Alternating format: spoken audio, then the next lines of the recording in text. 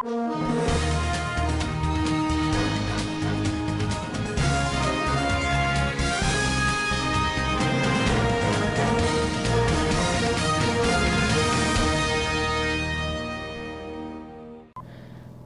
attack Kaduna-Abuja railway route. Abubakar Nakwada declares for Zamfara State Gubernatorial seat. Nigerian Railway Corporation suspends train operations along Abuja-Kaduna route indefinitely.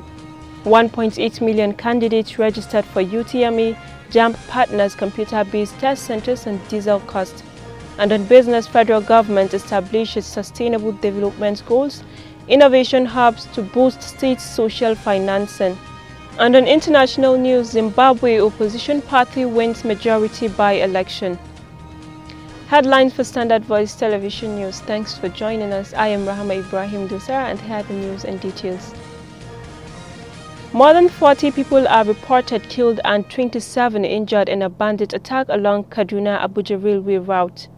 Our correspondent Yusuf Muhammad visited the scene of the incident and sent us this report to be read in our studio by Rafia Mainasara.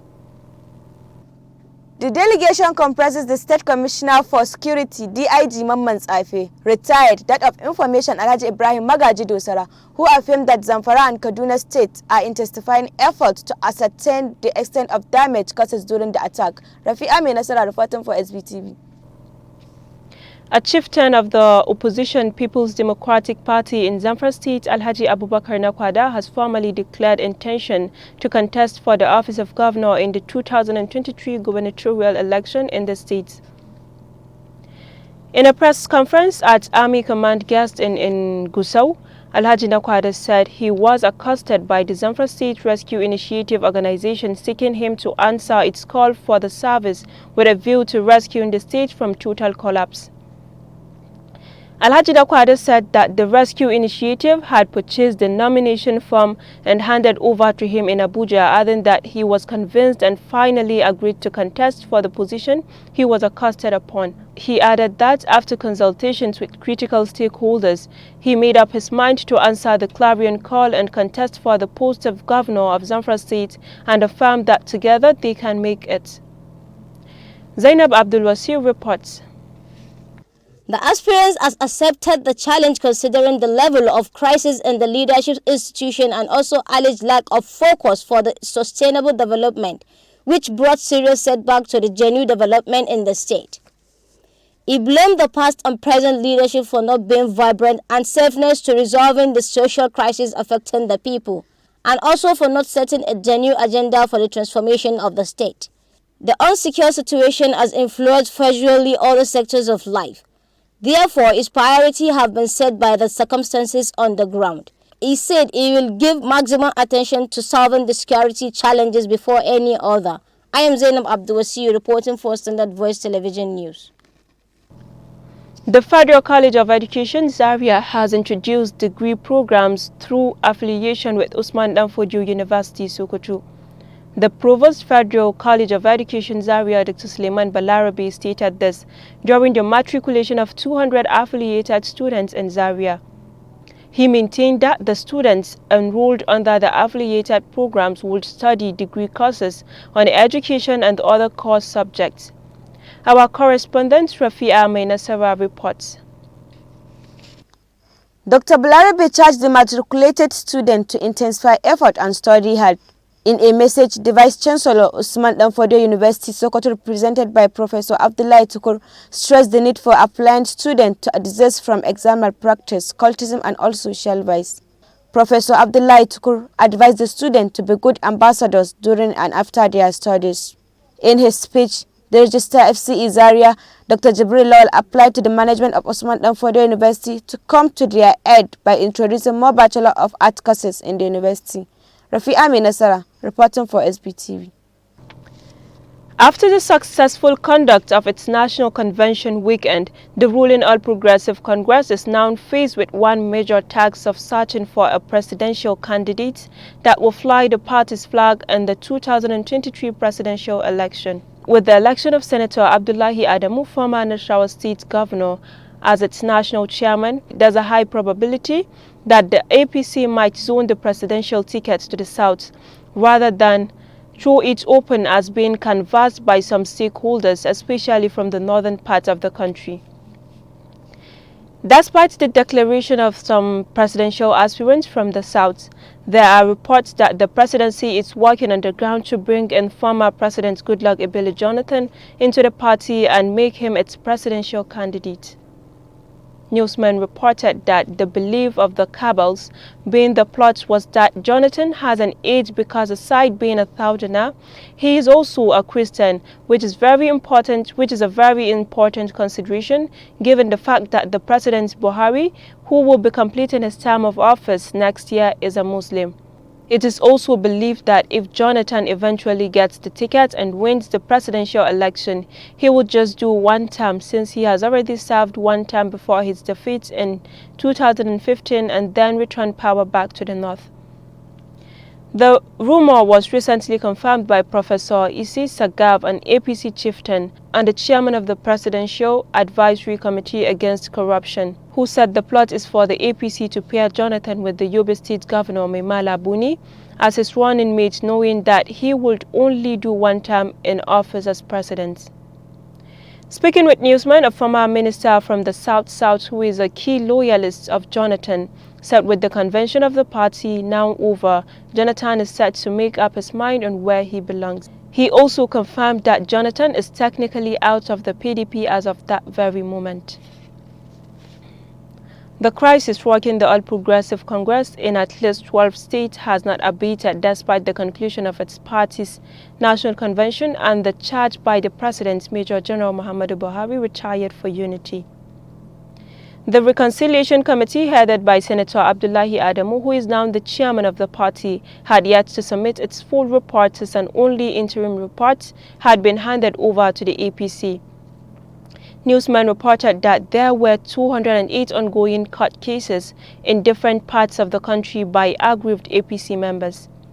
However, with many of the cases being concluded, some losers have now begun dumping the party, while others are now engaged in talks with the People's Democratic Party. A member of the State House of Assembly representing Ojumu Balogun constituency in the Offa local government area, Shahid Popola, who is a leading member of the Lai Muhammad faction, announced his defection to the Social Democratic Party on the floor of the National Assembly last week.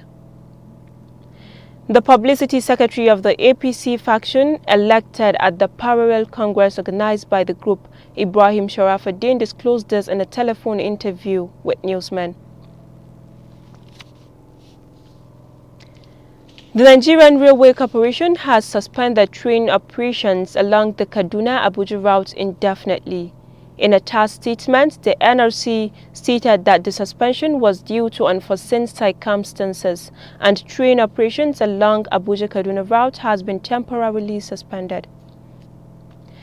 Newsmen reported that gunmen on Monday evening allegedly detonated explosive on the Abuja-Kaduna rail line and opened fire on the train, which had hundreds of passengers on board.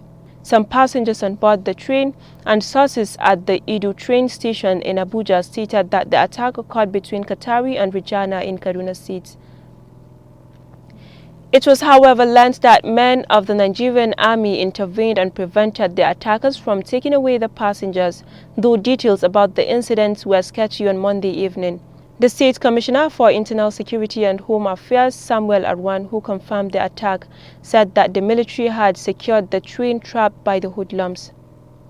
The attack came a few days after the terrorists attacked the Kaduna International Airport, where an aircraft was prevented from taking off. The Joint Admission and Matriculation Board said 1.8 million candidates have been registered for the 2022 Unified Tertiary Matriculation Examination. The board, which disclosed this in its weekly bulletin on Monday, said the figure included direct entry candidates. Registration commenced for the UTME 2022 on February 19th and ended on March 26th, and the examination are scheduled to hold from May 6th to May 16th. Our correspondent Sumaya Dosara has more on the story.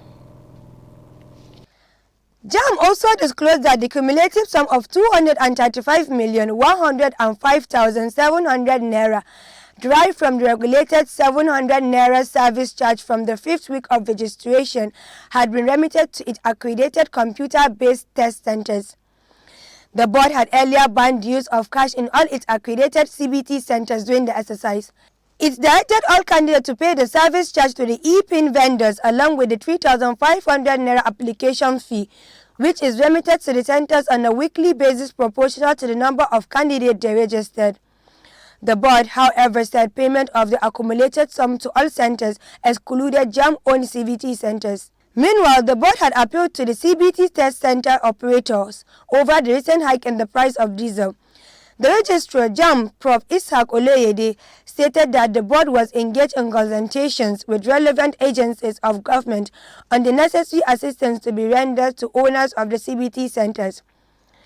It directed all candidates to pay the service charge to the e-pin vendors along with the 3,500 naira application fee, which is remitted to the centers on a weekly basis proportional to the number of candidates they register. The board, however, said payment of the accumulated sum to all centers excluded JAM-owned CBT centers. Meanwhile, the board had appealed to the CBT test center operators over the recent hike in the price of diesel. The registrar, JAM, Professor Ishaq Oleyede, stated that the board was engaged in consultations with relevant agencies of government on the necessary assistance to be rendered to owners of CBT centers. Sumaya Desa reporting for SVTV News. The United States Consulate General Lagos has said it will empower women to create sustainable businesses through the Academy for Women Entrepreneurs program. The Deputy Public Affairs Officer, U.S. Consulate, Lagos, Jennifer Falls, disclosed this in a statement on Monday. Mrs. Falls was quoted to have said this during the intended cooperation agreement signing in Lagos with the group head of Venture Garden Foundation, Tislimi Yusuf, and the president of Ascent Studios Foundation, Inya Lawal, to equip 250 Nigerian women with practical business skills. She said the United States government is committed to supporting women's full and free participation in the Nigerian economy as they seek to thrive in the workforce, succeed as entrepreneurs, and create stability and prosperity in their communities. Collaboration between the U.S. Consulate General Lagos, Venture Garden Foundation, and Ascent Studios Foundation will support the implementation of the 2022 Academy for Women Entrepreneurs, a U.S. government program that advances women's economic empowerment and entrepreneurship in Nigeria. Tislimi Yusuf explained the importance of helping women to fully participate and contribute to the local and global economy. And on our business news,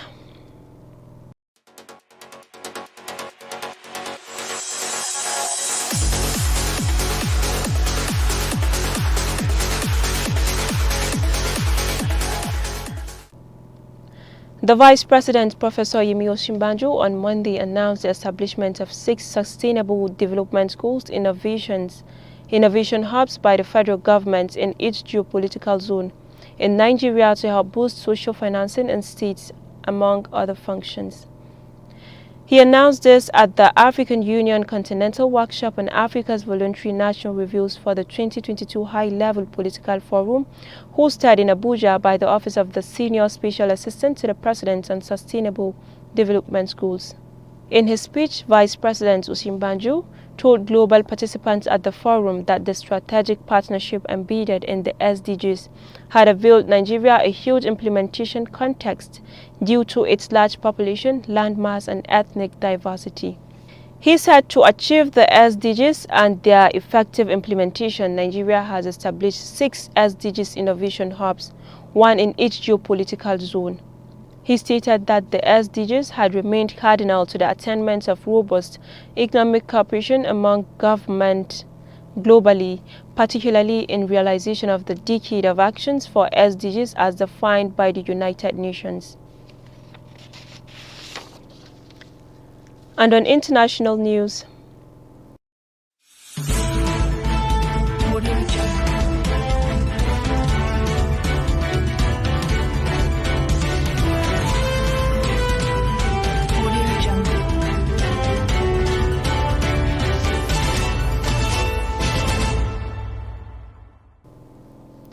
after winning 2/3 of the seats in by-elections held last week, Zimbabwe opposition leader Nelson Chamisa is dreaming big. His party secured 19 of the 28 contested parliamentary seats and 75 seats in 122 municipalities.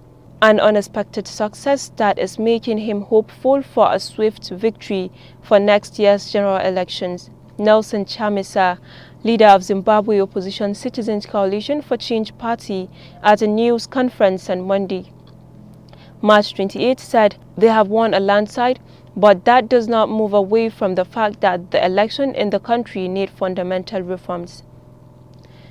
Founded less than 3 months ago, Chamisa's party and Citizens Coalition for Change has denounced the repression operated by the authorities and at campaign rallies attended by large crowds of supporters. Last February, clashes at one of his rallies resulted in 1 death and 22 injuries. The ruling ZANU-PF has been in charge since Zimbabwe gained independence from Great Britain in 1980. Current President Emerson Mnangagwa came to power in 2017 after Robert Mugabe, who ruled the country for 37 years, resigned.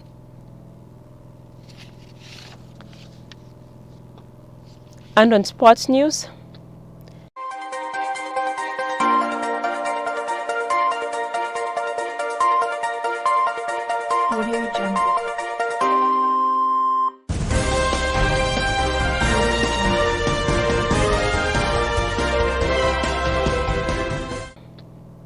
a section of fans in Abuja have called for a Victor Osimhen and Odion Igalo strike force when Nigeria clashed with Ghana in the second leg of their Qatar 2022 World Cup playoff at the 60,000 capacity Moshood Abiola National Stadium in Abuja on Tuesday.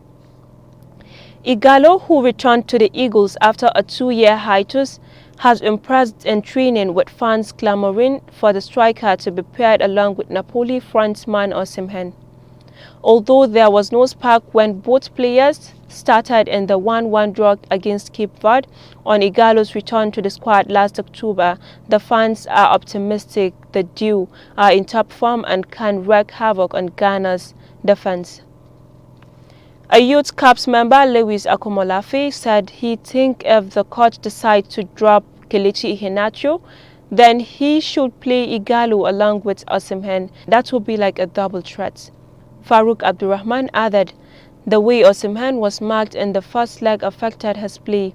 If Igalo starts along with him in Abuja, it will be difficult for the Ghanaian defenders to hold both strikers down, saying he thinks if they focus more on Osimhen, then Igalo will shine, and if they hold both of them, then the wingers will shine. So he thinks it is a win-win with an Osimhen and Igalo partnership.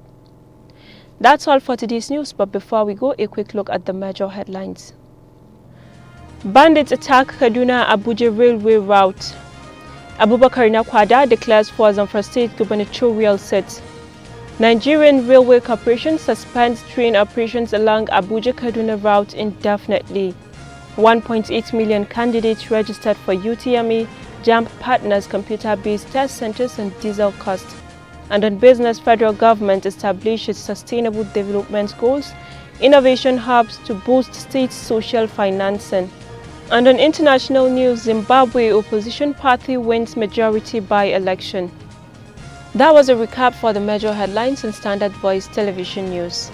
On behalf of the production crew, Head of News and Current Affairs, I still remain Rahama Ibrahim Yusar. Do have a nice day and keep watching Standard Voice Television News.